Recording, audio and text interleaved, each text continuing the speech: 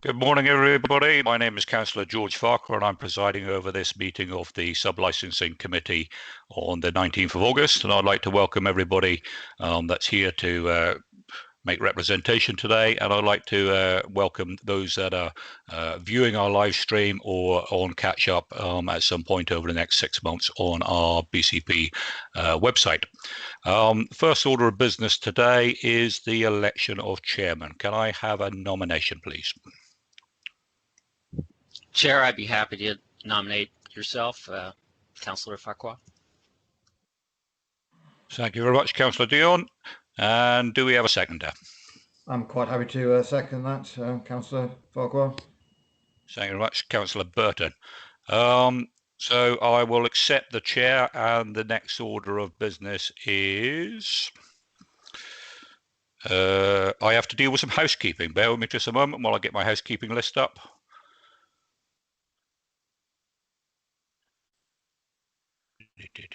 Right. I've just got to read this. In order to ensure that the meeting is managed effectively, please could everyone present follow these ground rules for speaking. Please only speak when invited to by myself, the chairman. State your name before you speak if you haven't already been introduced by name. Mute your microphone when you're not talking. After each party has made their representation, the chairman will ask each person in turn if they have any questions or comments. However, if at any point you would like to speak again, please type RTS, request to speak, in the instant message conversation panel on the bottom left-hand side of your screen and click the arrow button to send. Please note that this panel is visible to all parties. And finally, please ensure all background noise is kept to a minimum and mobile phones and other devices are turned off or switched to silent for the meeting. Thank you very much, and that takes care of housekeeping. Next order of business is apologies. Jill, are there any apologies for today's meeting? Thank you, Chairman. There are no apologies. Thank you very much. Can I ask if there's any declarations of interest from each subcommittee member? Councillor Dion? None. And Councillor Burton? No, none. Right. There's a protocol for public speaking here, blah, blah, blah, blah, reviews.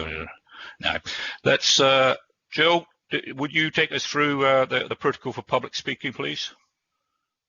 That's still relevant to this meeting? Yes, Chairman, it's just to confirm that there's a revised protocol for virtual meetings, which has been circulated with the agenda sheet. Oh, excellent. Okay, thank you very much. Let's move on to the business of the day then. Item 5, the application for the full variation of a premises licence for the Tipsy Cow at 37 Charminster Road in Bournemouth. I will ask each participant to introduce himself and state their role at the hearing today.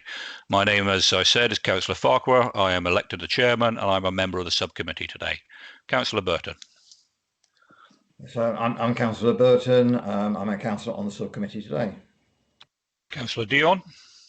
Yeah, Councillor Bryan Dion. I'm a member of the subcommittee. I'm a Penn Hill ward councillor. Thank you very much. And this is Linda Cole. Good morning, it's Linda Cole. I'm the legal advisor to the committee today. Thank you very much. And Jill? Good morning, Jill Hollyoake, Democratic Service to the subcommittee today. Thank you very much. Michelle Fletcher, please. Michelle Fletcher, Licensing Officer overseeing this application. Mr. Stephen Cox. Good morning, Stephen Cox, Senior Environmental Health Officer. And our applicant today for this item of business is Mr. Alex Marshall. Good morning, my name's Alex Marshall and I'm the DPS and the owner for the Tipsy Cow Bar in Charminster. Thank you. And we have two representations today. Mr. Matt Theodore. Hello there, I'm Matthew Theodore. I'm the neighbour backing on to the bar restaurant. Thank you very much. And Mr. Mark Allen. Hello, I'm Mark Allen. I own 2 flats which are also backing onto the premises. Right. And thank you very much, everybody, for your introductions. In addition to those that have spoken, we have a variety of officers from Democratic Services that are providing technical support, but won't actually take any part in the meeting itself. Can I just, before we run through the procedure of the meeting, is there anybody else that wants to make a representation or speak today that hasn't spoken already? Please identify yourself now. Since I don't hear anybody, I'll take that as correct. We've got a proposed procedure for the order of speaking today. What is proposed is that the licensing officer will first of all present the report. The applicant will then make their application, which is Mr. Alex Marshall. Questions of the applicant will be asked by all members. What will happen is that the subcommittee will go first, and I will control those questions. Then if we have any responsible authorities or other persons, they will then make their representations. There will be questions asked of the responsible authorities and the other persons, and again, the members of the subcommittee will go first. All members will be given an opportunity to sum up at the end, with the party who spoke last to go first. The hearing will then conclude. The subcommittee will then retire into private, and we will deliberate the information which we heard today with the legal advisor and a clerk present. The notification of the subcommittee's decision will be given within a period of 5 working days, beginning with the day or the last day on which the hearing was heard in accordance with the regulations. The notification of the decision will include information about the right to appeal as appropriate. I will now ask all parties just to confirm that they are in agreement with this proposed procedure or wish to make any other representation. Michelle Fletcher first, please. In agreement. Stephen Cox. In agreement. Mr. Alex Marshall. In agreement, that's fine. Mr. Matt Theodore. Yes, I am in agreement, but I'm running a little bit tight with a webinar on the back end of this today at 11:30, so I'm hopeful that we can get through. If not, I have forwarded all of my comments to Michelle Fletcher as well, too, for reference. That's excellent. That's very kind of you, Mr. Theodore. Mr. Mark Allen. Yeah, agreed. In order to help us get through, I would remind all parties speaking not to repeat the information which we've already received in writing, but instead to expand on that written representation. All questions will be asked through myself, and there will be no cross-examination of the party of any party. I will now ask the licensing officer to present the report.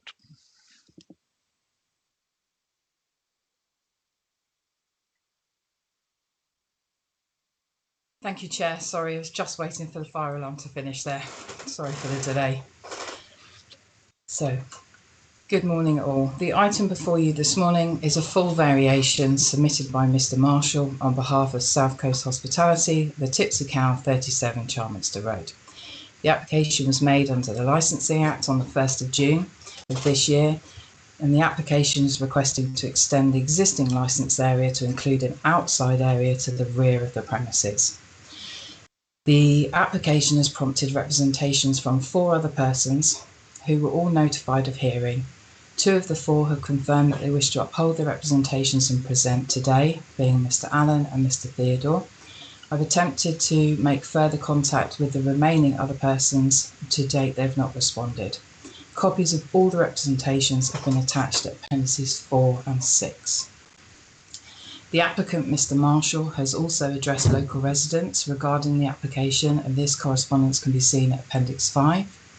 And during the consultation period, Environmental Health agreed conditions with Mr. Marshall, and these have also been attached to Appendix 7. No other comments or conditions were made throughout the period with the other responsible authorities involved. And I can confirm that the application has also prompted a number of letters of support, I believe 7 in total, and these have been forwarded to Mr. Marshall for his information to use as he wishes.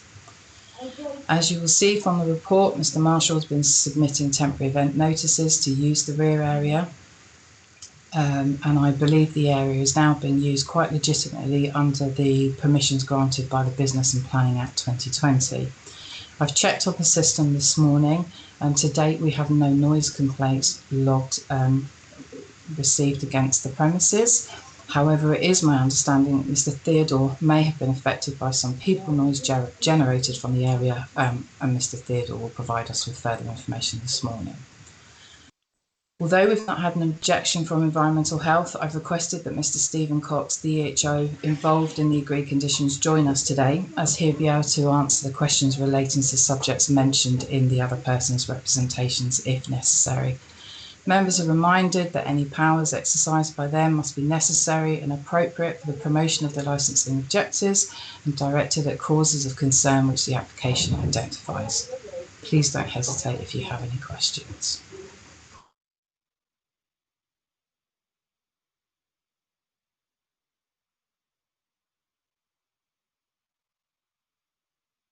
There we go. Sorry about that. I've got a new mute button on my hands-free. Thank you very much, Michelle. I really appreciate that report. Can I ask, have we got any questions from the panel for Michelle? Councillor Dion? None. And Councillor Burton? No. Excellent. I do have one question. And perhaps Mr. Cox can answer that. At what date was the variation offered up? And if you could just talk us through that meeting itself and how you came to the decision on the original application and what variations that are actually in place.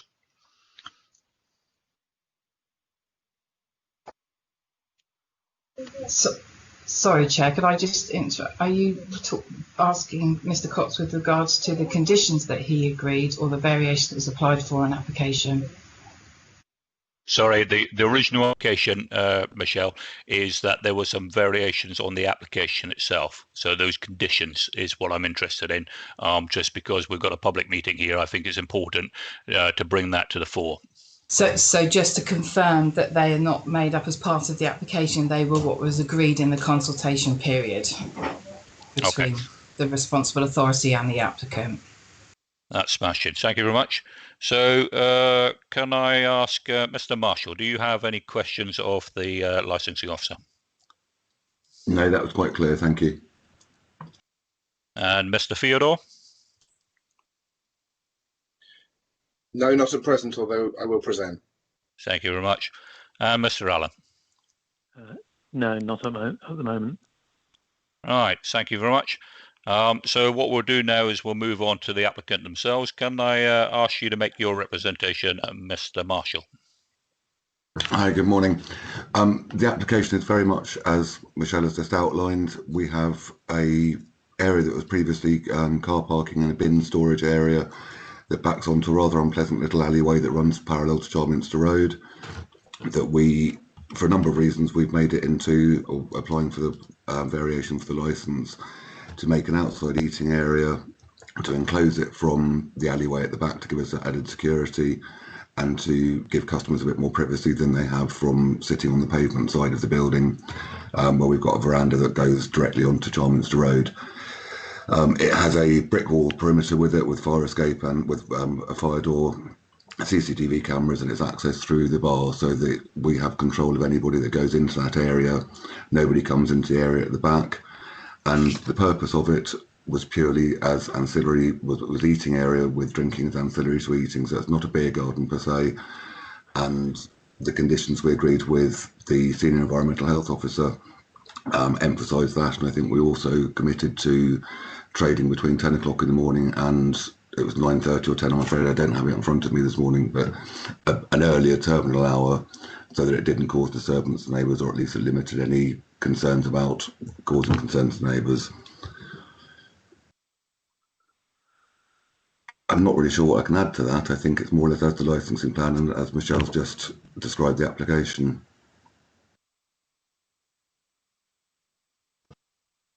Thank you very much, Mr. Marshall. Councillor Burton, do you have any questions for the applicant? No questions, thank you, Councillor Farquhar. And Councillor Dion? Yeah, I have a couple questions for Mr. Marshall. So, as I understand it, you get 16 extra covers from this additional space in the. It's called the cow shed. Is that correct?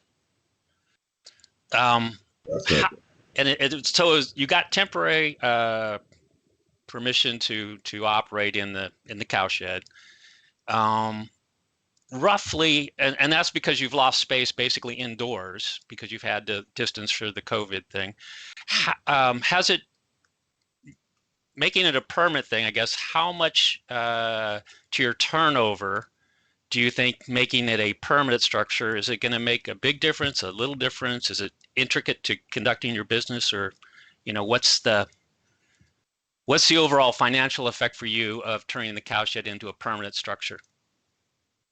That's quite an all-encompassing question, but thank you. It's it's at the moment it's very critical to us. We've lost probably about 20-25 seats in the main restaurant through social distancing, so to add the extra 12 to 16 back is very important to us. I think my idea originally was that people would use it as we put people there to be able to make up for the seating we'd lost. It actually seems to be quite a popular area for people to sit and eat in the mornings. For breakfast service also we open from 10 o'clock in the morning. It catches the sun in the morning, and it's quite a nice secluded quiet area compared to the hustle and bustle of Charminster Road.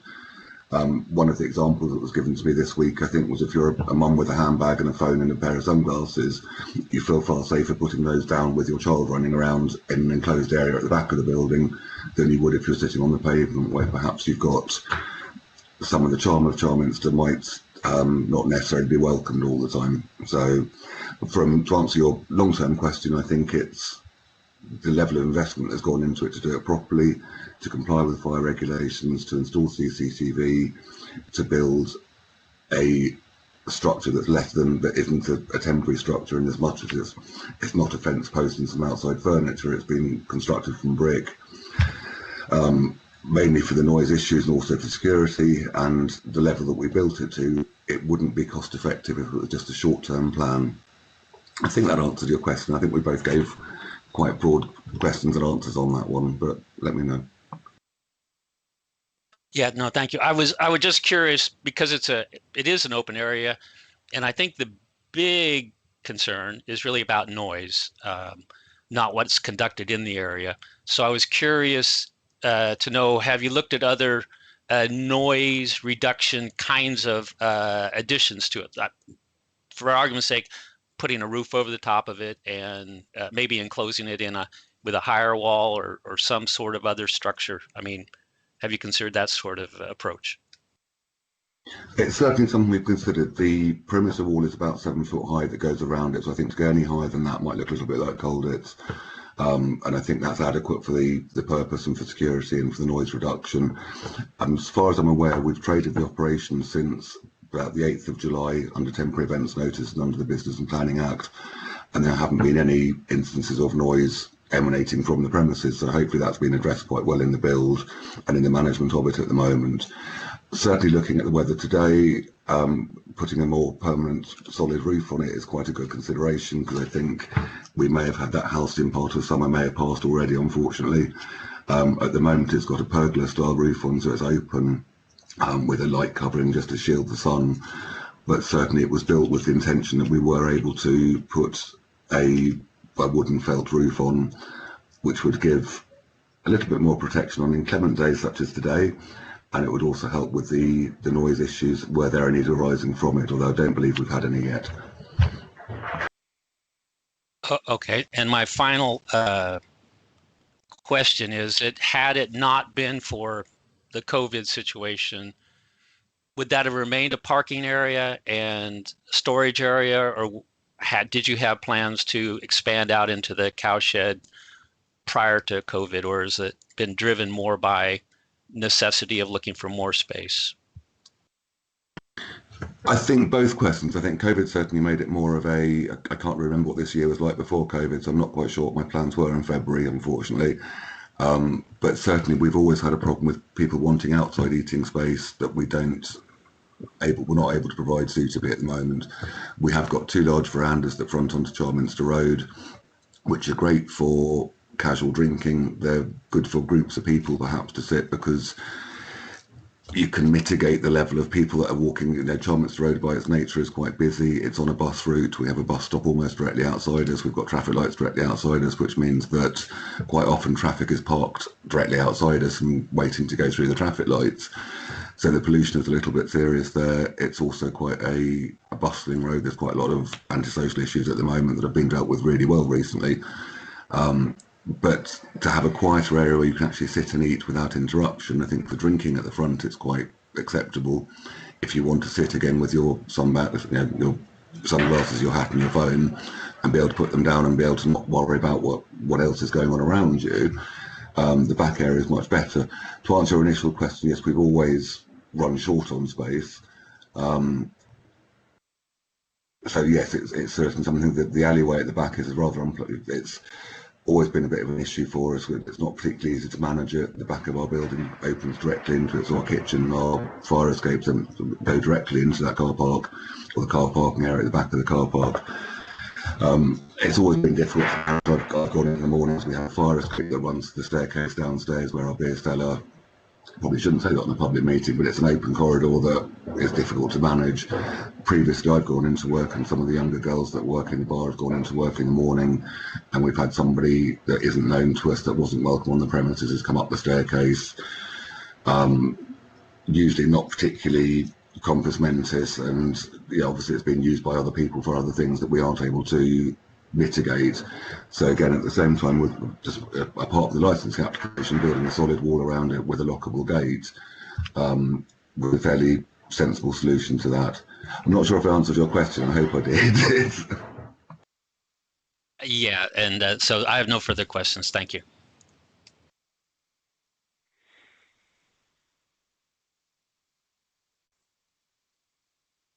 Thank you very much, Councillor Dion. If I may, I would have a couple of questions for yourself, Mr. Marshall. If I could just refer you to, or everybody here, to page 37.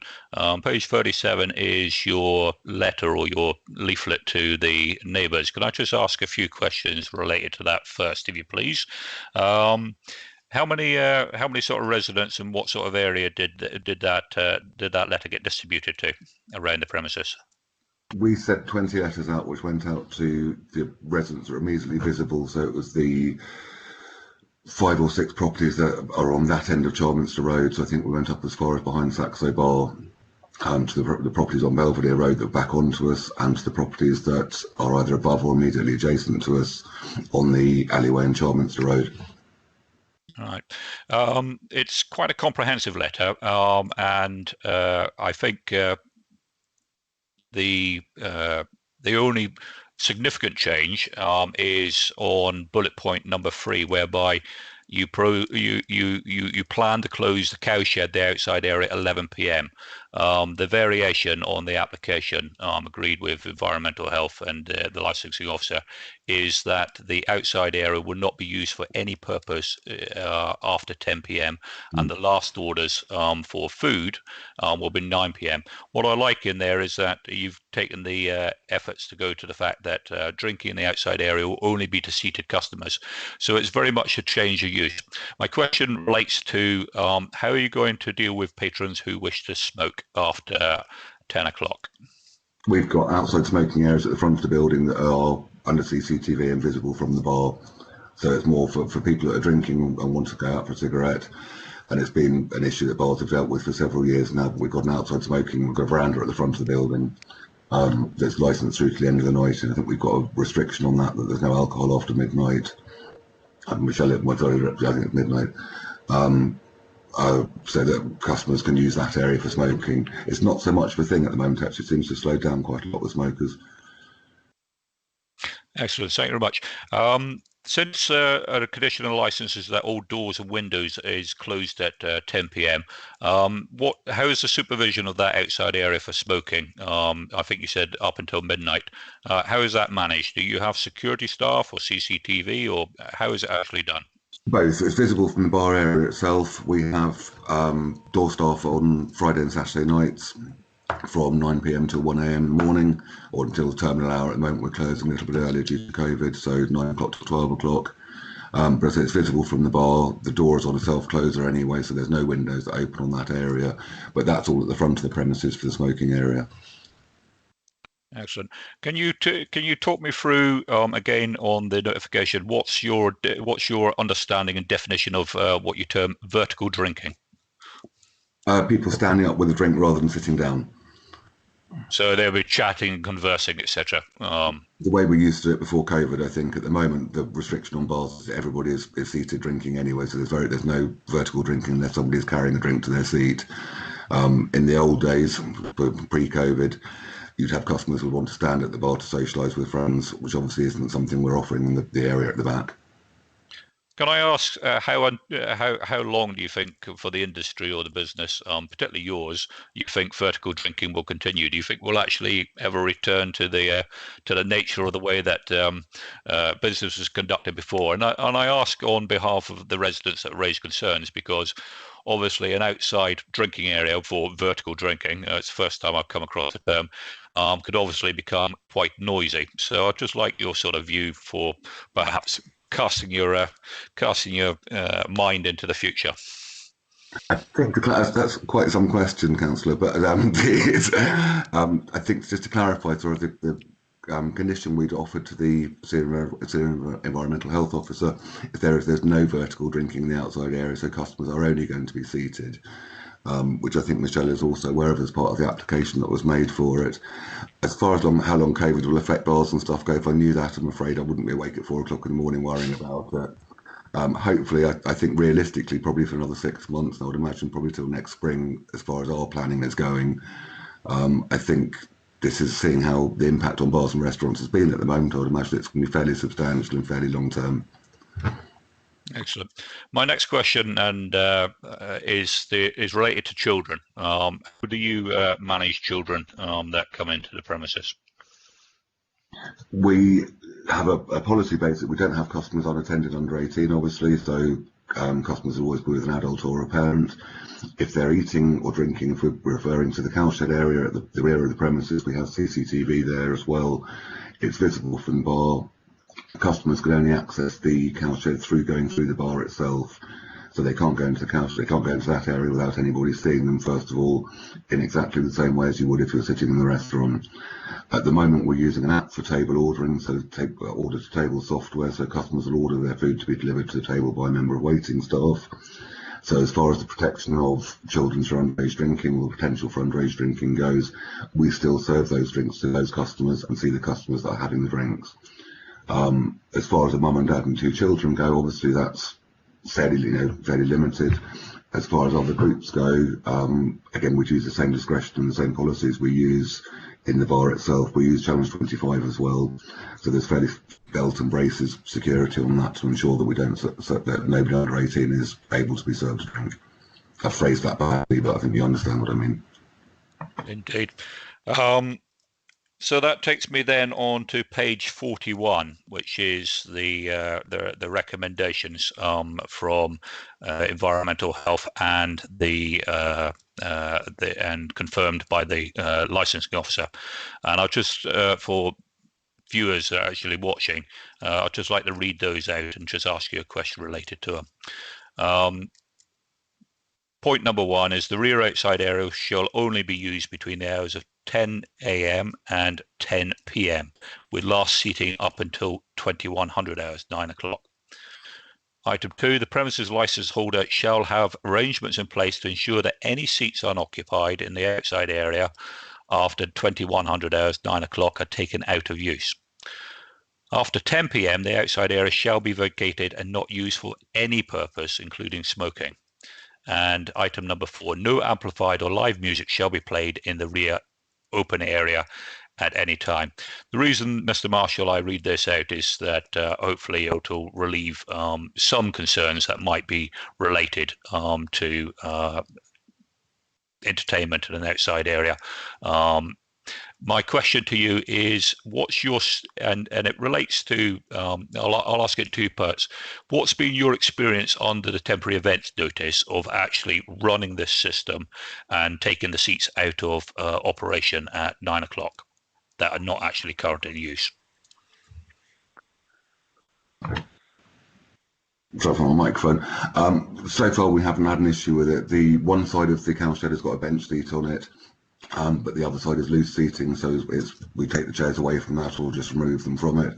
But basically, because we're seating customers at the moment at a table as you would in a restaurant, we just don't give people access to the area after a certain time, so after 9 o'clock.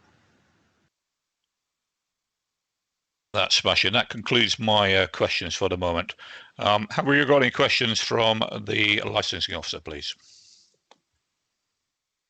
No, it's been covered. I just wanted for someone to go through the conditions to just make it clear, as it was the intention of the conditions that the area not be used after that time for smoking or any other activity. It will be shut until the morning was the intention, and also it was just to confirm that Mr. Marshall's information was submitted to the residents prior to the agreed conditions, hence the discrepancy with the time.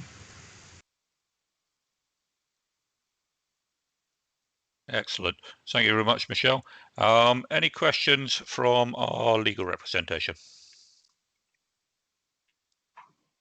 No questions from me, no. Are there any questions from our objectors? Mr. Matt Theodore. Yes, I would be interested in just some further detail or some further thoughts about the extension of the license. Sorry, I probably turned this wrong because I'm preparing for another meeting this morning as well too on the side here, which you've just pulled me from.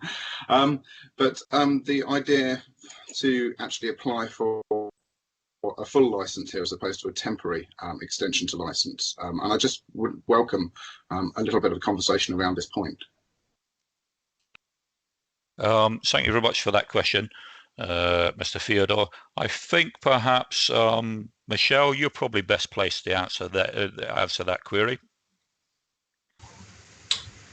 In my experience, applications are submitted. It's a permanent. The nature of an application, minor or full, is for a permanent change to a premises licence. Maybe legal could advise if they're with regards to this being for a temporary period of time, but we've accepted the application as a permanent change to the premises, and like to think that we're conditioning in it appropriately, looking into the future past all of the COVID-19 situation. I don't know how else to describe it.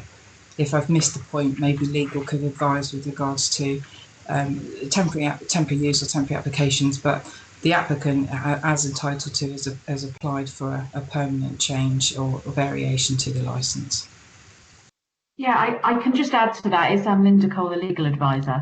The application is for a permanent change. The area can be used in this way without any permission at the moment under the Business and Planning Act, and I think the safeguard to all of this for residents, and particularly those that have got the concerns that are on the meeting with us today, is that at any point this could be called in for a review. So if there are issues and things haven't worked out as the licensing department and the applicant and environmental health hope it does, with the safety of the conditions that are on there, and there are issues with nuisance, public nuisance, then any resident can call it in for a review, and the whole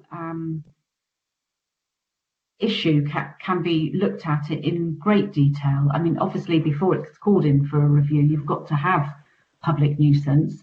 That will be as and when, if it's needed in the future, but at the moment it is a permanent application. The difficulty with doing a temporary thing, I mean, a lot of these processes do take quite a lot of time. The work's gone into the application, there's advertising, there's hearing dates, there's a lot of notice period, so it's very unusual that we would get people to, unless it was like a festival type thing, people make their applications for a permanent change rather than for a short-term temporary thing. If I can help any more, please ask. That's been very helpful indeed, Linda. So in answer to your question, Mr. Theodore, it's a case of this would be a permanent arrangement, but to use a terminology I've heard earlier, is that it's belts and braces. So these conditions, which I read out earlier, the 4 conditions related to the cowshed, become part of the license, so therefore they are enforceable. And as the legal officer pointed out, is that if a public nuisance is reported, then there are steps which we can take to actually address that public nuisance. So I hope that answers your question, Mr. Theodore. I'll just add to that, Councillor Farquhar, if you don't mind. I mean, I've only mentioned public nuisance because it's noise that those residents are concerned about today. But if any of the licensing objectives are undermined, it can be called in for a review. So if there's issue with crime or disorder, protection of children from harm, public safety, and a review can be called on any of the licensing objectives. Could I respond possibly? I have hit RTS a couple of times, but I think it's been missed. Please do. Okay, thank you, Chair. I'm really just bringing this point up because I was concerned about due diligence being exercised in this area, particularly because we're all learning at the moment with the COVID situation and the need for advancement of space for properties such as Mr. Marshall's. I fully understand, and I do understand that a need needs to be met for business to continue in many ways. However, I do feel that it's slightly opaque, this at the moment, because of the unique set of circumstances that we all face. Now, this is something that I'll build upon a little bit in my presentation, but it was also a particular concern of the environmental health officer in his report, which I obtained under Freedom of Information, where Mr. Stephen Cox reported back that he was concerned that the licence would go beyond anything temporary. And I wondered if anybody would like to expand on that, perhaps particularly Mr. Stephen Cox.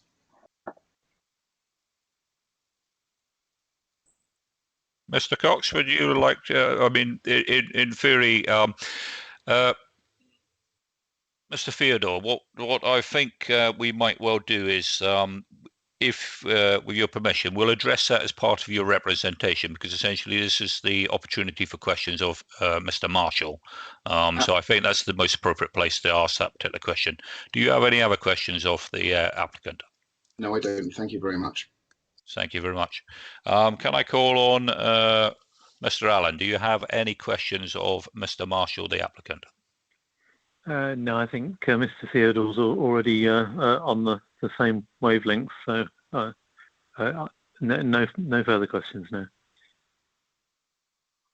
Right, so I don't have any other indications of anybody wishing to speak. So if I could call on Mr. Theodore, if you could give your representation, please. Thank you very much. I'm going to read from script today, if that's okay.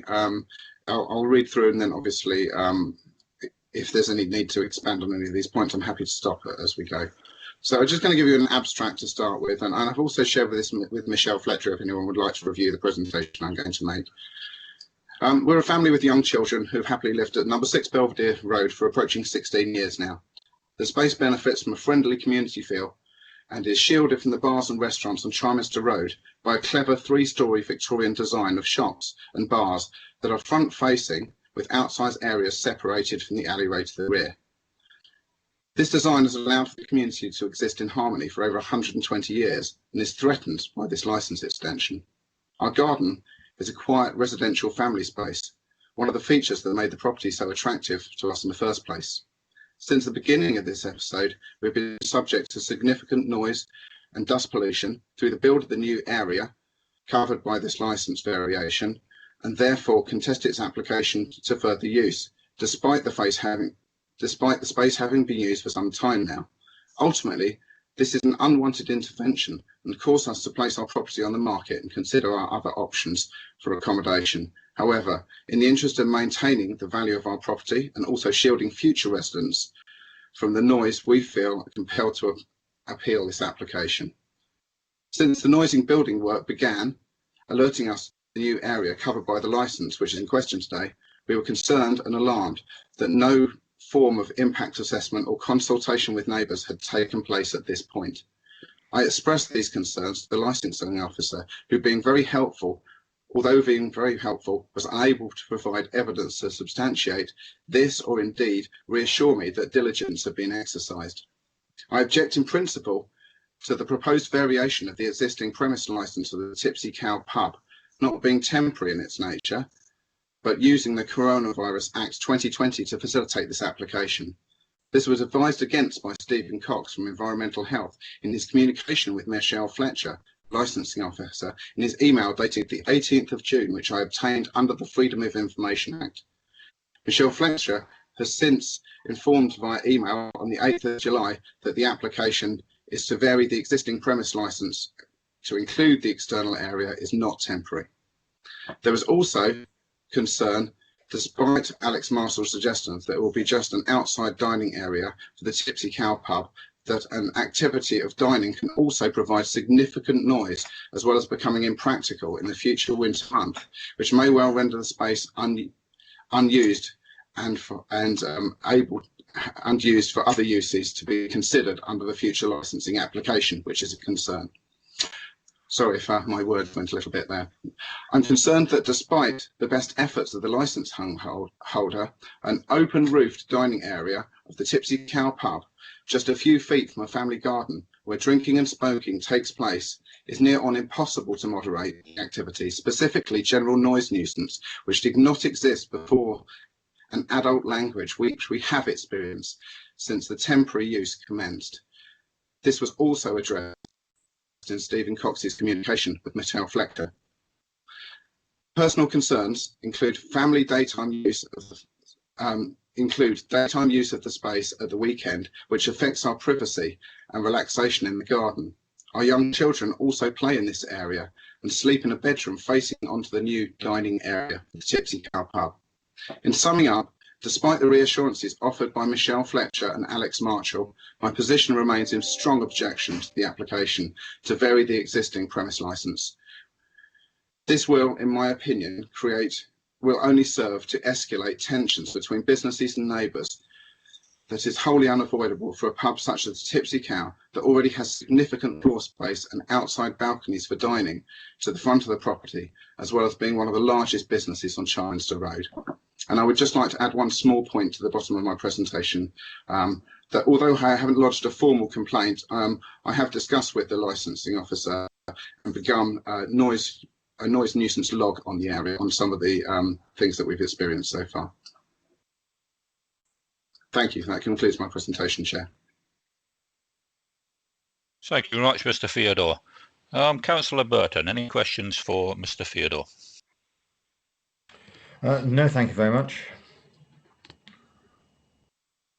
Councillor Dion. Yeah, I have a quick question. Mr. Theodore, I'm just trying to understand where your property is located. So are you behind the Tipsy Cow or are you beside the Tipsy Cow? Yes, it's a good question to try and locate these things. I suppose it's very obvious to myself and Mr. Marshall, but to you guys possibly not so. So our property is located directly behind the Tipsy Cow, adjoining to an alleyway that separates us both. And all that would have happened behind the Tipsy Cow in the past is they would have parked a couple of cars, with all of the noise located to the outside balconies on the front of the property, which face onto Charminster Road, which is busy and noisy. The trouble is with a small extension to the rear, which has been created recently with no roof on it, is the noise echoes up the back of a 3-storey building and directly back into our garden. And this is what was shielded by the clever Victorian design to start with, meaning that no noise naturally would have come from any of these bars and restaurants. And actually, when this has happened with other bars, such as the Saxo bar, which Mr. Marshall actually mentioned, I think you will note the possibly hundreds of complaints that have come to environmental health when an outside dining and drinking area has been created in that instance. I appreciate this application is just for dining. Okay, so I'm just also trying to understand how far the space is a little bit. So from the back wall of the cow shed to the back wall of your back garden is 20 feet? You said a few feet. 10 feet, absolute maximum. 10 feet. Just enough to squeeze a very small car through. Okay, great. Can I just ask one other kind of awkward question? I'm not awkward, but odd question. is that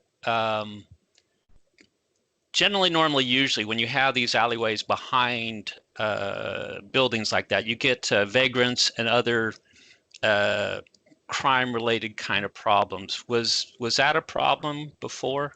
Do you know, in your opinion? Years, I've not made one complaint about that activity in the alleyway to the police. Not a single complaint in 16 years. Okay, thank you. No further questions. Thank you, Mr. Theodore. Thank you, Bryan. Linda, can you shed some light on this, please? Well, it may be helpful if you have a look at page 23 of your report. You've got more of a street plan, and there's the pub itself is highlighted in yellow, and Mr. Theodore can probably then give a bit of idea to Councillor Dion and other members where his premises is. I'm terribly sorry not to have this paperwork in front of me. I'm struggling to locate it at the moment. I had some troubles with the meeting setup, which Councillor Farquhar was incredibly helpful with, as it kept linking back to the old meeting date that was cancelled. However, I can do this sort of verbally, hopefully. If the council, if the members might be able to have a look, and I'm assuming... Could someone share on screen? I mean, that would be very easy if that could happen. Oh, IT, that is. If you click the centre button which says screen share on the bottom of your screen, it's located next to the microphone mute. You can then share anything on your desktop instantly. Have a look now.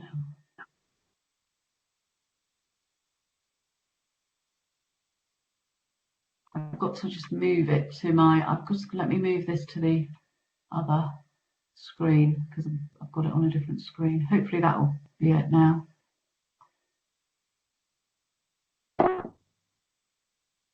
What's that look like? Are you seeing a plan, everyone? From me? Not at the moment, Linda, no. Oh, God. I mean, in the simplest form, the rear of our garden spans the entire length of the a cow shed, only around 10 feet from it. Yes, Mr. Theodore, we can see on the plan the alleyway. We can see the highlighted premises. So if we look directly opposite, I think we can see your property and your garden. You have a variety of, is that outbuildings in your garden? No, and perhaps a garage? I have a garage, and there's a stone-built fire pit in the garden, and there's a small tree house in the garden as well too, and then a tree which shields us a little bit from our neighbours visually in the rear alley. Yeah, I think we're fairly happy that we can see where you are. Councillor Dion, do you agree with that? Yeah, no, I totally agree. I was just trying for my own mind to make sure I had the information correct. I have seen it. I understand it. I just wanted to make sure I was correct. Thank you. And I think it's very helpful to sort of give an idea, because obviously with a map, the scale is sometimes difficult to interpret. Could you just confirm again, Mr. Theodore, let's say from the rear of your property to the rear of the cow shed, what sort of distance would you estimate that to be? Around 10 feet. Thank you very much. I haven't gone out there with the tape measure. I haven't quite been that fastidious. However, cars have to slow down significantly to squeeze through the gap to give you an idea. Understood. Michelle, can I ask you if you've got any questions? Because I'd like to shed some light on particularly the temporary event notices and what sort of period of time that the outside area is being used for. So just going back to Mr. Theodore's statement, I'd like to confirm that I believe conversations have been taking place between him and Mr. Cox with regards to the noise issues. That's not dealt with by licensing, would be a conflict of interest. But with regards to the temporary event notices, Mr. Marshall has applied for them in line with his application. So the operation times and all the conditions have been in line for what he applied for. He hasn't taken, as far as I'm aware, opportunity to extend that beyond the hours he agreed with the EHO. But again, They are conversations that I believe he consulted with the EHO officer on the temporary event notices and just kept me up to date with what he'd been submitting. Thank you, Michelle. Mr. Cox, can you shed some light on the temporary event notices, perhaps over the period and what they consisted of? Only that after initial contact from Mr. Theodore, I did go out on the 17th of July. That was a Friday evening when one of the temporary events was occurring, or was in place, and I was there between about 8:15 and 8:45. I don't believe I didn't actually hear anything, so I don't believe that the rear area was being used at that time. I think from a conversation with Mr. Theodore, a table had actually just finished, so I didn't actually hear anything at the time. I did also go again at the second, temporary event notice. It was on the 23rd of July. I went during the lunchtime, but again, from what I heard, I don't believe the rear area was in use. Thank you, Mr. Cox. Can I call on Mr. Marshall, the applicant? Do you have any questions for Mr. Theodore? Councillor Farquhar, I'm so sorry to interrupt. It's Jill in Democratic Services. Mr. Theodore has put a request to speak in the box, so it may be that you wanted to come back on that. Excellent. Okay, thank you. Right, Mr. Theodore. Yes, I sort of lost my point there a little bit, but I just wanted to interject and say the first complaint which I actually made was, because you were looking for a date there, was on the 7th of July, where I experienced loud swearing and shouting from the builders on completion of the job. However, Mr. Marshall did regulate this at the time, and we did communicate in a positive and constructive manner between ourselves. However, you know, it was extremely upsetting because loud swearing was heard by the children, and I had to move in the garden. So that was the first date that we experienced use of the premise, on the 7th of the 7th, and that's the first date entered into the log of the noise nuisance form, which I will submit when there's the required amount of logs on it. However, the area has been in intermittent use, and especially with an awful lot of the rain, it's difficult to see the full implication of this area and what that might be. Okay, so just to confirm then, on the 7th of July, that was while building works were ongoing, and your complaint was against the subcontractors or the builders that were actually constructing the outside area. Is that correct? No, they were actually having drinks in the area to celebrate the completion of the works, and I copied in both Michelle Fletcher and Alex Marshall, who I communicated with at the time, who did, in fairness, manage the situation well. However, the damage to some extent had been done to our destruction of our sort of time in the garden, and some rather unchoice words being heard by children. Thank you. Mr. Marshall, do you have any questions of Mr. Theodore? I don't have any questions. I think Mr. Theodore's explained his position quite closely, and I understand where he's from and his perspective and his concerns as well, especially having a young family. I think the only thing I can say to mitigate some of the points that came through, I believe the concerns that were raised by environmental health when we first put the application for variation in, which we then mitigated with an agreement to restrict the hours and restrict the usage of it. I think at first the senior environmental health officer was under the assumption we were trying to create a beer garden type effect, much as some of my other competitors in Charminster may have, without mentioning any names.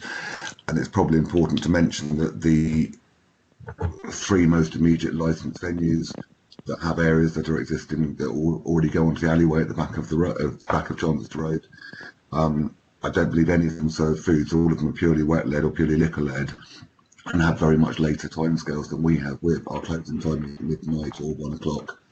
I believe most of the others, including the closest premises to us, are all 3 o'clock onwards. So there's slightly different demographic that is there, and there's slightly different clientele and slightly different issues that may arise from it. That's pretty much it. I think most of it, I believe, we've discussed with senior environmental health officer and with Michelle from licensing to try and mitigate the application as much as possible. As far as the roof area goes, just to preempt it, I'm more than happy to look at that because it's something that initially I was waiting for long, halcyon summer to go ahead, and the most important thing was to enable us to retrade and reopen in July, as soon as the government allowed us to do so, and try and compensate for the loss of space indoors. Certainly, again, looking outside the window at the moment, it's almost in the stage I'm trying to work out whether I can actually get out of the building at the moment. It's covering the area, especially if it helps to allay any concerns with the noise disturbance, would be practical, if not essential, looking at the moment. So. Thank you, Mr. Marshall. Mr. Theodore, I've got a question for you then. How would you describe your relationship with Mr. Marshall then at the moment, based upon the reports from the Environmental Health that they visited on the 17th of July and the 23rd of July? I feel that we've had both useful and constructive conversation via email so far, and I think we both remain professional. And I'd like to compliment on having done so, and I have been impressed by that communication. I think that's something which is positive at the moment. However, I remain in strong objection to the points of the license change, just really because of how this changes the demographic aspect of how we sort of live here. And we have already experienced some problems with this, and being in such close proximity with the rear facing bar to a garden does entirely change the neighbourhood. So I can't move away from that point. However, I would say that we have positive and useful dialogue happening, and I would compliment him on his professionalism in that as well. Excellent. Linda, can I ask a question of yourself, perhaps to ask of Mr. Theodore? You mentioned that some particular regulation whereby the outside space could be used by a business without the requirement for for licensing conditions. Did I hear that correctly?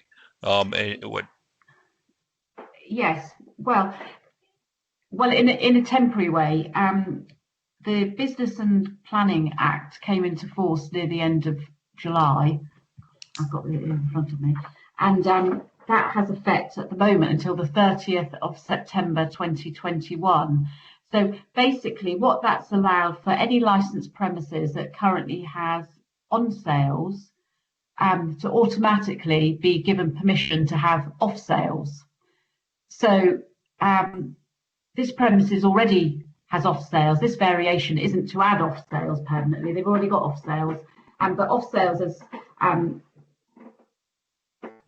the idea of it, because of coronavirus, is for as part of this Business and Planning Act, it was for people, businesses, premises to be able to use outdoor spaces, because part of the Act also gave scope for businesses to apply for pavement licensing. So usually the highway, that they may apply for a pavement license under this Business and Planning Act, it wouldn't be part of their license footprint.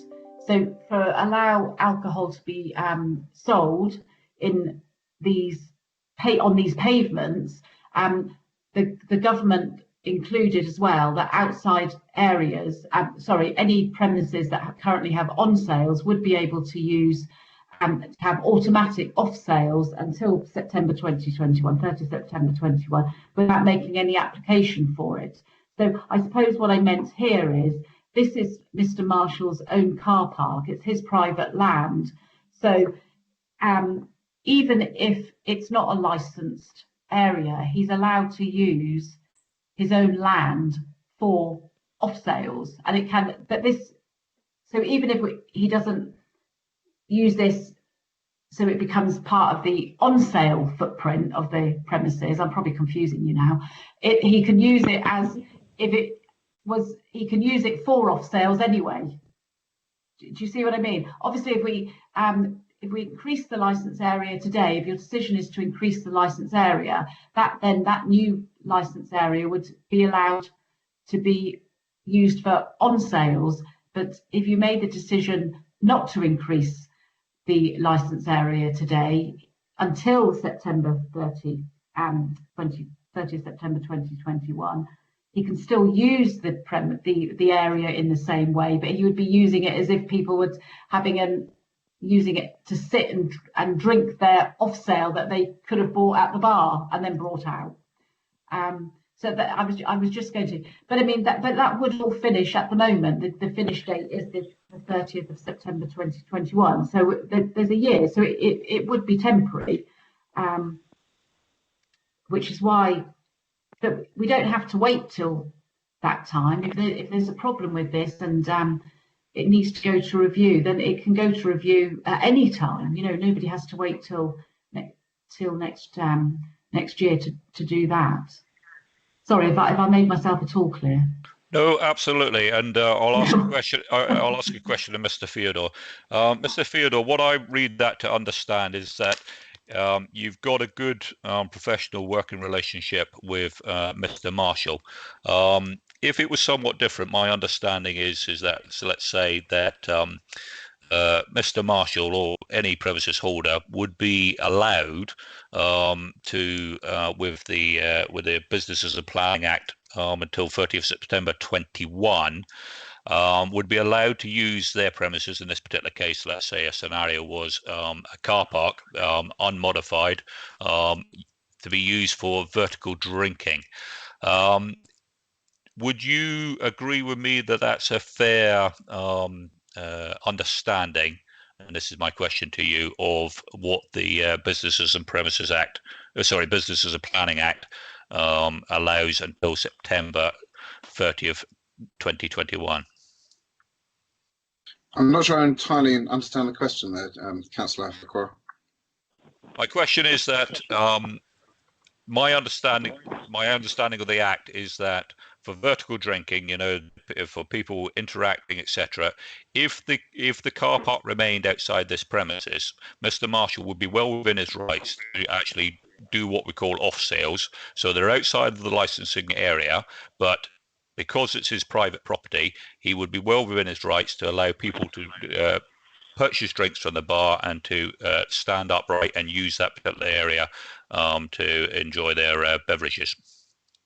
Would you interpret the Act in the same way?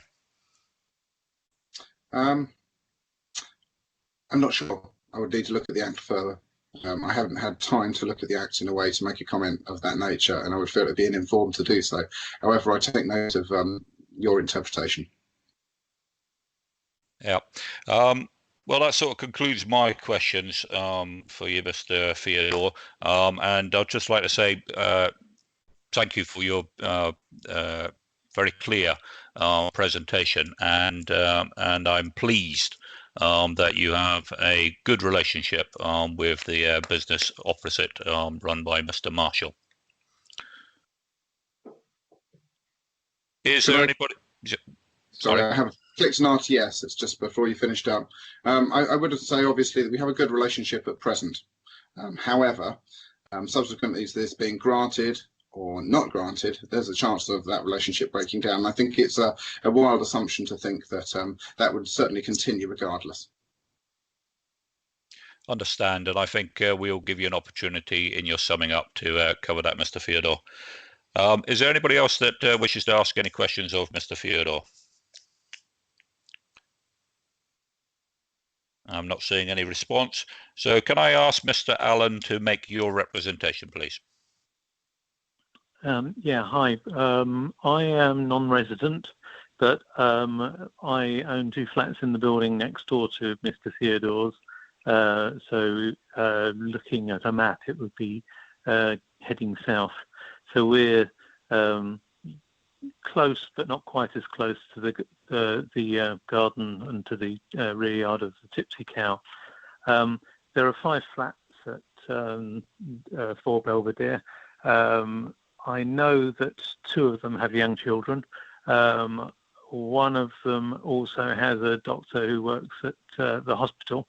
And my major concern is disturbance in the evenings, particularly probably more so to the children, because obviously lots of children will go to bed at 7 or 8 o'clock, and obviously if there's continued noise until 9 or 10 o'clock, then you know that could be of detriment to the tenants in both the ground floor rear flats.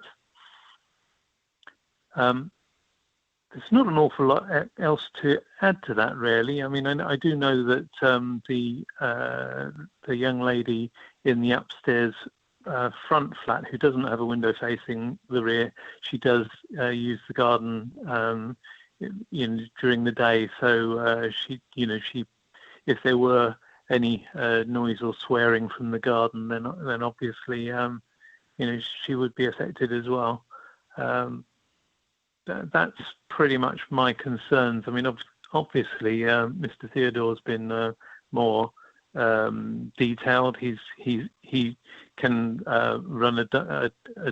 hold a diary, I suppose, of when when there has been excessive noise. I can't do that because I don't live there, but I have concern for the tenants at the back of the building.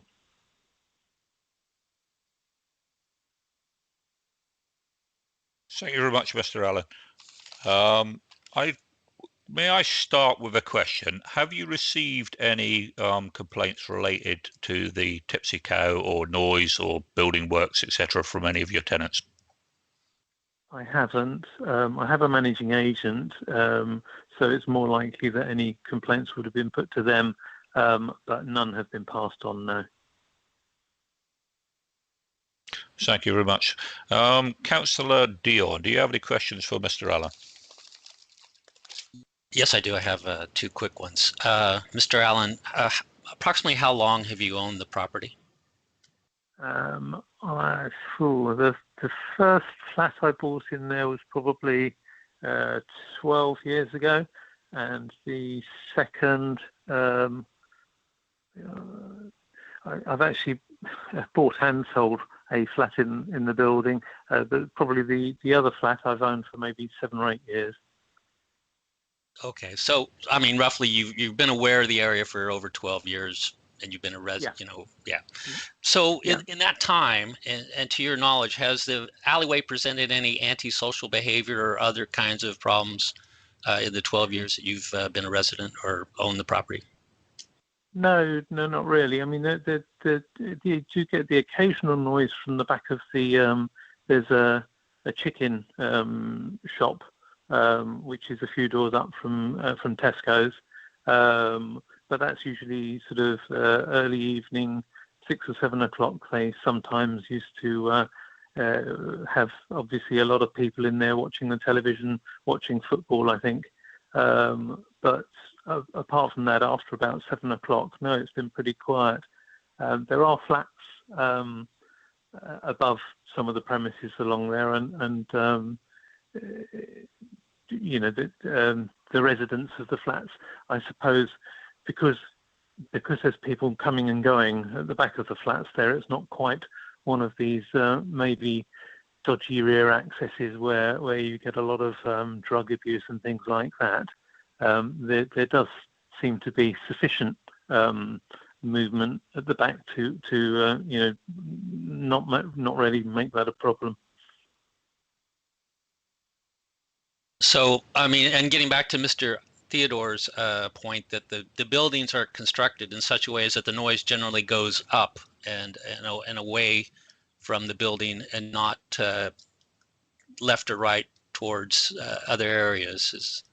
Is that kind of it? Yeah, most. I mean, I think there is a room at the back of the chicken restaurant where they watch television. But I must admit, I've been there numerous times for a week or two at a time, refurbishing flats. As tenants move out and leave it in a state, sometimes you've got to spend a few days there tidying it all up. But I haven't sort of in the last year or so been there whilst the chicken shop has had one of its early evening sessions. So that might well have stopped, I don't know. But certainly a few years ago when I was there, it was something that was quite noticeable. Okay, thank you. No further questions. Thank you, Councillor Dion.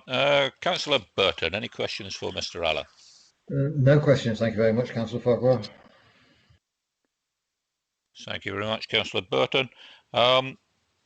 I don't have any questions for you, Mr. Allen, that haven't already been answered. Do we have any questions from licensing? Michelle? Sorry, just trying to find my mute button. I don't have any questions, but I do think it's fair to say that when I have, I use that back alleyway a lot for out of hours and for visiting other premises and other company DHOs on noise complaints for other premises. And even when I went to visit the Tipsy Cow during this application, I do witness drug use and I do witness antisocial behaviour and problems in that alleyway that as officers causes us concern for going there alone. I think it's only fair to mention that. And so that's fine. I'll come back to that perhaps at an appropriate point, Michelle. I really appreciate that particular bit of feedback. Any questions from Linda for Mr. Allen? No, not for Mr. Allen. I have just got a point that I'd like to make in a moment, though. Absolutely. So any questions from yourself, Mr. Marshall? No, not at all. Thank you. Linda, would you like to make the point? Well, it's only just to get more of a rounded view. We've been told, haven't we, that we've obviously got the objections that have been made, and we've got written objections as well, which you'll all consider when you when you retire to have a look at it. I think it might be a good idea if Michelle forwards the script that Mr. Theodore read from, so that you can have a quick read through of that, because I think you'll get a complete information from Mr. Theodore there as well. But I know at the beginning of the hearing that there was mention, wasn't there, of letters of support that had been sent to Mr. Marshall? Yes, that's correct. And I just wonder if some of the questions that's been raised by possibly Councillor Dion, about the alley and social behaviour and that. I'm just wondering what those letters of support said, but we don't appear to have access to them. So ordinarily when the letters of support come in, they get forwarded to the applicant, which I have done in this case, and then it's up to Mr. Marshall if he wishes to use. They're all logged on our system, and the common theme in all the letters of support was being able to enjoy eating outside without the traffic noise and the people asking for money and cigarettes. Customers felt that they were pestered outside the front of the premises, and they wouldn't experience that to the rear. And so outside dining was of appeal to them. Okay, so what Mr. Marshall mentioned when he was doing his presentation for use of the outdoor area, and do we know where these people with these letters of support lived? Did any of them live as close to the premises as Mr. Allen or Mr. Theodore? Yes. So we had letters of support from people claiming to be existing customers. We had letters of support from people using residential addresses that are above the not just the Tipsy Cow, but the premises that run along the rear service road. I don't like to call it an alleyway. And also the residents from the premises above the shops on the opposite side to Charminster Road. Okay. Thank you. Thank you very much. If there's no further questions for Mr. Allen, I'm not seeing any indication. Mr. Allen, can I give you an opportunity just to briefly sum up on your representation? There's no need to mention what's gone before, but if there's anything which you forgot to mention, I think this is an ideal opportunity to bring it to the table now. Well, the only other thing I wanted to mention was that you were talking about the new act, the Coronavirus Act, where they are allowed to do off sales. So in which case I suppose the temporary use for the next 18 months is already approved. It's after that obviously, if it's given consent, then the presumably the license will then run on obviously after September next year. I would think that I mean, obviously, if there's any issues with nuisance and environmental health get involved, then I'm not entirely sure how that weighs up against the government's coronavirus act, or whatever it's called, the Business and Premises Act. And it might be interesting, or it might be good to know if there were a nuisance, how that would be dealt with. Shall I jump in there, Councillor? Yeah. Councillor Farquhar. There are some safeguards in the Business and Planning Act. So certainly, yes, you're right. Things have been relaxed and automatic permissions have been given till the 30th of September.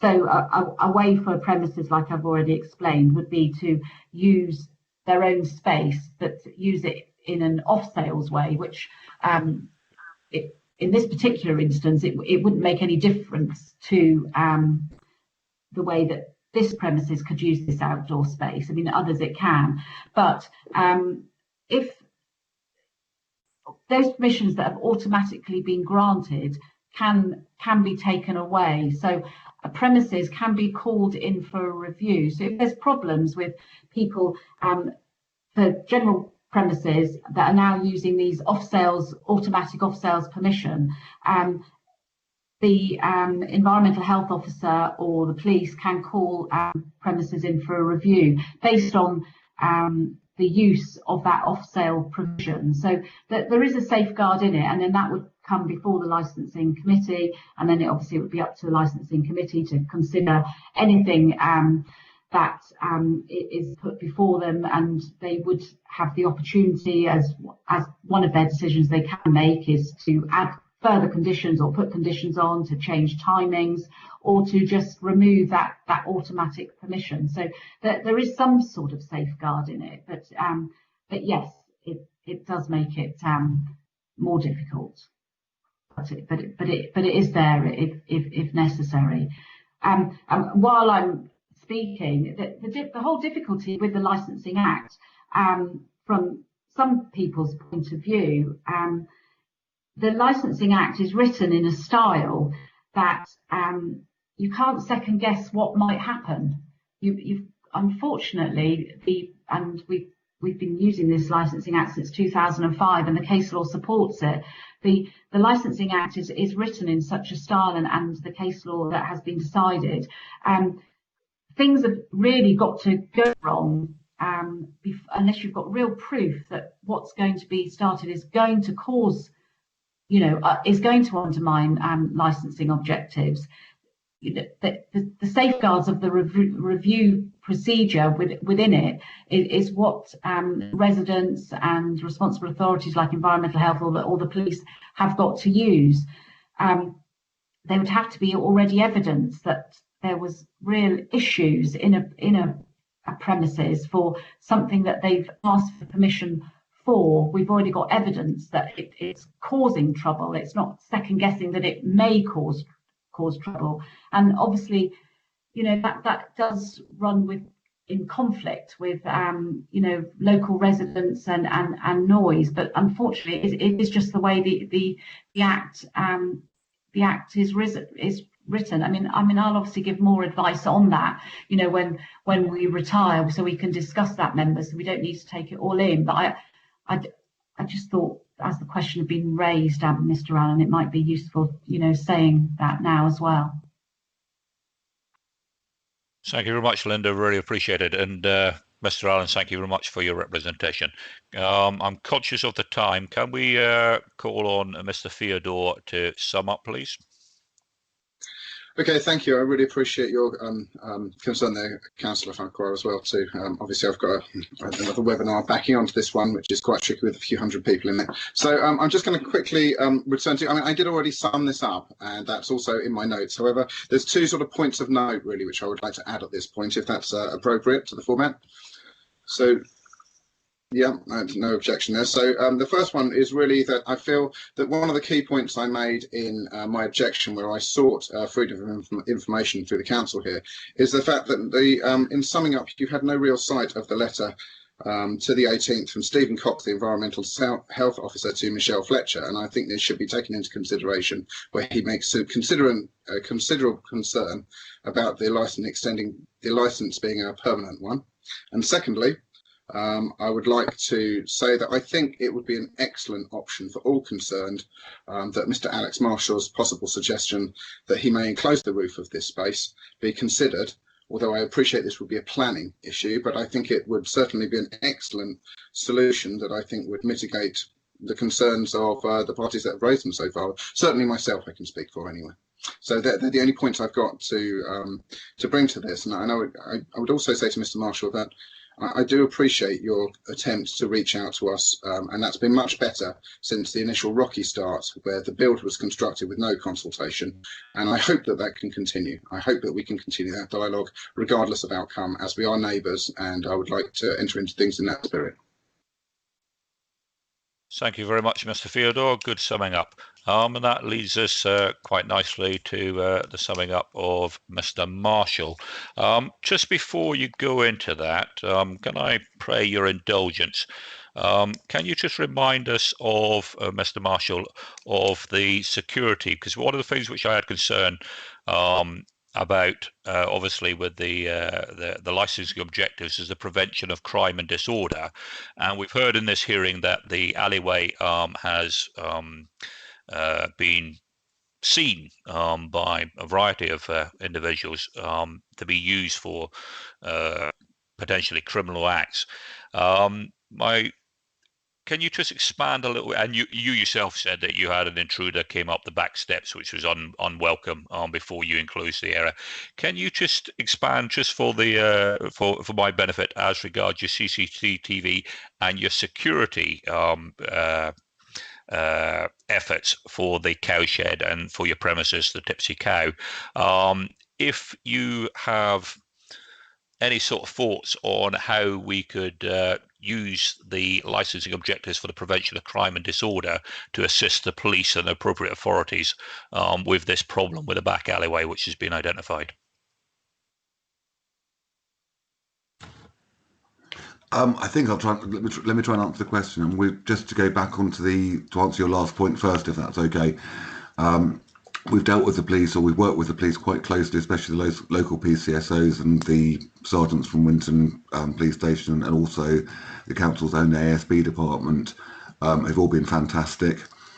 I think at one stage we were having, up until recently, we were probably having about 7 or 8 visits from the police a week to that area at the back of the premises, in between broadly where Tesco Express and the little alleyway that runs next door to Havana Wine Bar or the post office. So unfortunately, we're right in that main drag of there's a cash point machine one end of it and a hidden alleyway the other end of it, with a service road leading between the two of them. So we're not in the most gentle location possibly as far as that's concerned. Certainly at the moment that seems to have reduced an awful lot. We've got our own CCTV, and we have, which the police have had access to before for other external instances, including a couple of recent events in Charminster, and I believe the front of Charminster Road is fairly well covered by the council's own CCTV, although I think there might have been a concern whether it was turned on at the moment or not. Ours is.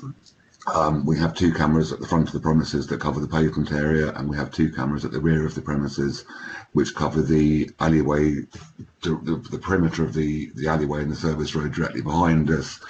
And there's also CCTV as part of our licence conditions that cover the cowshed area itself.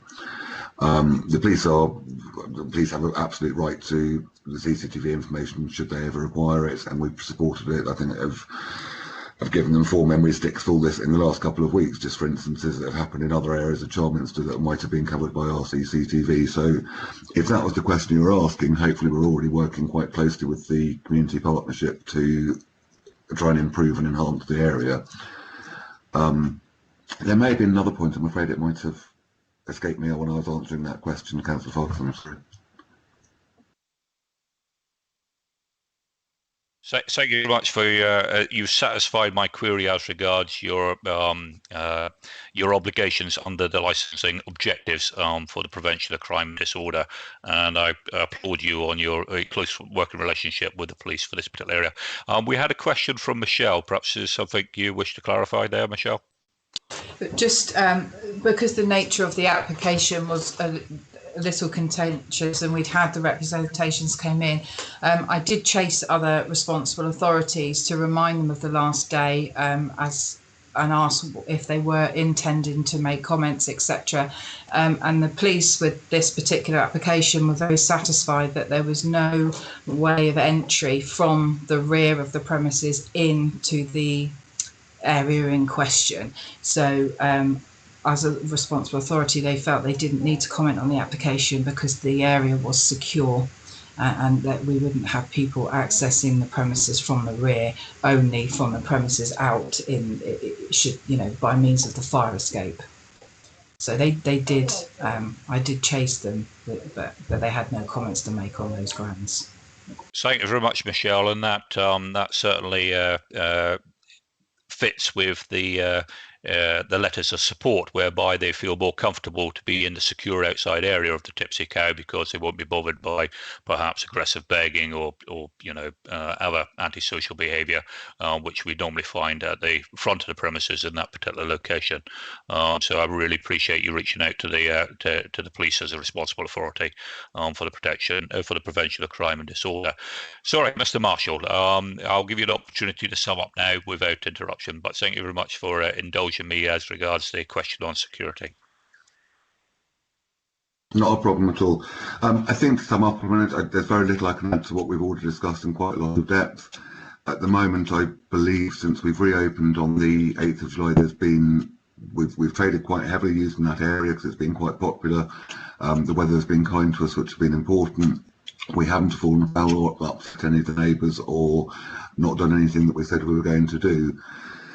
So hopefully on that basis, I've already agreed with Mr. Theodore, we've got a good professional working relationship. The last thing I want to do is to upset any of the local inhabitants or the local neighbourhoods.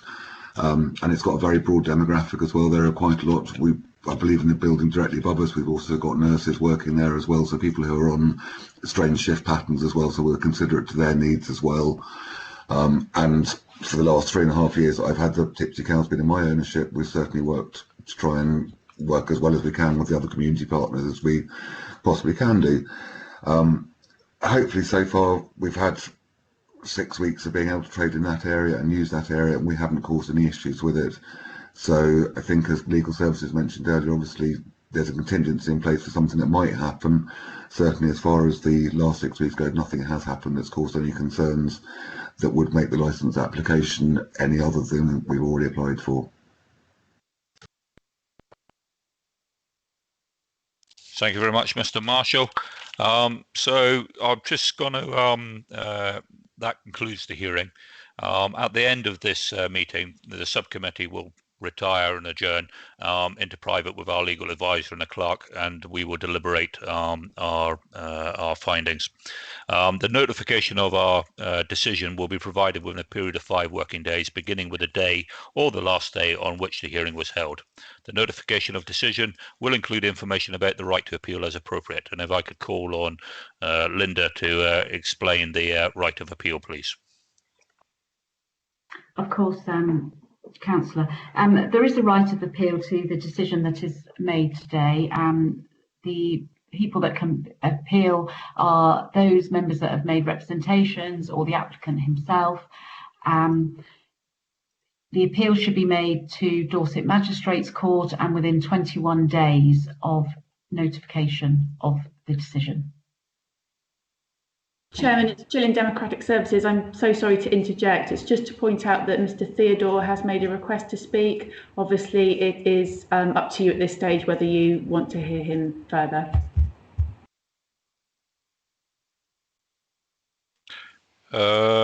Mr. Theodore, with respect, I think we've given the opportunity for summing up. I am conscious of the fact that you have your next meeting to go to. I think we've got enough information. If it's something which you feel that is very pertinent and pressing, then I'll give you the opportunity just to say that just now. Mr. Theodore? It's just one line, Councillor Farquhar. It was just really just to say that, just to remind councillors that although there hasn't been a formal complaint, I have started a noise nuisance log as suggested by Environmental Health. And there are some events on there at present. Excellent. I did pick that up from the meeting itself. So thank you very much. I wish you the best in your rather large webinar, I believe, and thank you very much for your presentation today. And thank you for all the representations that came today. So with that, I'll conclude this hearing and this part of the meeting, and you're free to leave the meeting itself. Okay, thank you. If we can move on to item 11, this item will be heard in exempt session. This means that the exclusion of the press and the public. In relation to the next item of business appearing today, the committee is asked to consider the following resolution. Regulation 14, Part 2 of the Licensing Act 2003, Hearings Regulations 2005, which states that the licensing authority may exclude the public from all or part of the hearing where it considers that the public interest in doing so outweighs the public interest in the hearing, and that part of the hearing taking place in public, and that under Section 100A, Part 4 of the Local Government Act 1972, the public be excluded from the meeting for the following items of business on the grounds that they involve the likely disclosure of exempt information as defined in paragraphs 1, 2 and 7 in Part 1 of the Schedule 12A of the Act, and that the public interest in withholding the information outweighs such interest in disclosing the information. If I receive no comments, I'm going to presume that that is acceptable and is agreed. We will now pause the live stream and it will be switched off because we need to progress with the further business of the meeting, which is exempt.